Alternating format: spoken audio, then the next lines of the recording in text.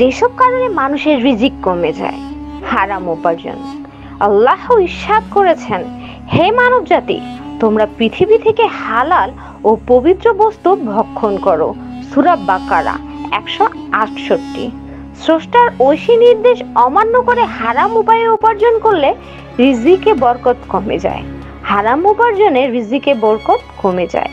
রাসূল সাল্লাল্লাহু আলাইহি ওয়াসাল্লাম বলেছেন, যে ব্যক্তি হালাল ও বৈধ উপায়ে সম্পদ উপার্জন করে তাকে বরকত দান করা হয়, আর যে ব্যক্তি হারাম ও অবৈধ পন্থায় সম্পদ উপার্জন করে সে এমন ব্যক্তির মতো আহার করেও তৃপ্ত হয় না, অর্থাৎ সে যতই ভক্ষণ করুক না কেন তার ক্ষুধা নিবারণ হয় না।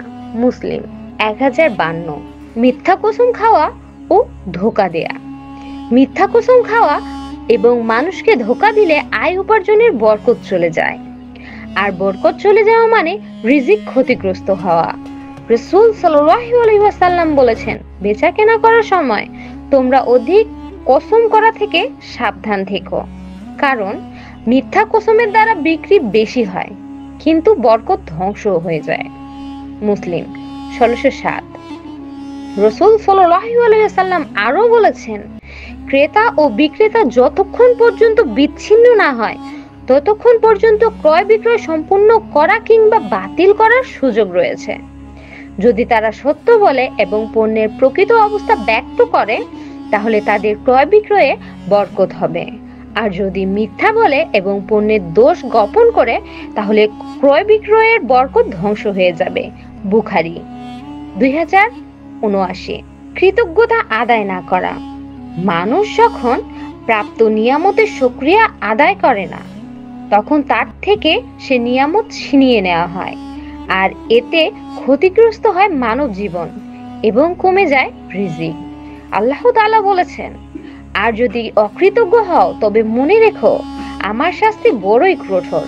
সূরা ইব্রাহিম 7। পাপ কাজে লিপ্ত থাকা। যেসব কাজে মানুষের রিজিক ক্ষতিগ্রস্ত হয় তার মধ্যে অন্যতম হলো গুনাহ বা পাপাচারে লিপ্ত থাকা। সাওবান রাদিয়াল্লাহু তাআলা আনহু এর বিবরণে আছে যে রাসূল সাল্লাল্লাহু আলাইহি সাল্লাম বলেছেন, সৎকর্ম মানুষের আয়ুকাল বাড়াতে পারে এবং দোয়া মানুষের তকদির পরিবর্তন করতে পারে, আর মানুষ তার পাপ কাজের কারণে প্রাপ্ত রিজিক থেকে বঞ্চিত হয়। ইবনে মাজাহ 4022। যাকাত না দেয়া। যাকাত ইসলামের অন্যতম মৌলিক বিধান। সঠিকভাবে যাকাতের বিধান আদায় না করলে রিজিকের বরকত উঠিয়ে নেওয়া হয় এবং এতে রিজিক ক্ষতিগ্রস্ত হয়। রাসূল সাল্লাল্লাহু আলাইহি ওয়াসাল্লাম বলেছেন, যখন কোনো জাতি যাকাত আদায় করা বন্ধ করে দেয় আসমান থেকে তখন বৃষ্টি বর্ষণ বন্ধ করে দেওয়া হয়। পৃথিবীর বুকে যদি কোনো চতুষ্পদ জন্তু না থাকতো তাহলে আর কখনো বৃষ্টি হতো না। ইবনে মাজাহ 4019। সুদের কারবার করা। সুদের মাধ্যমে ব্যবসা বৃদ্ধি হয়। আপাত দৃষ্টে এমনটা মনে হলেও সুদের কারবারে ব্যবসার বরকত নষ্ট হয়ে যায়। আল্লাহ কোরআনে স্পষ্ট ভাষায় বলেছেন, আল্লাহ সুদকে ধ্বংস করে দেন এবং সাদাকাকে বর্ণিত করে দেন। সূরা বাকারা 276।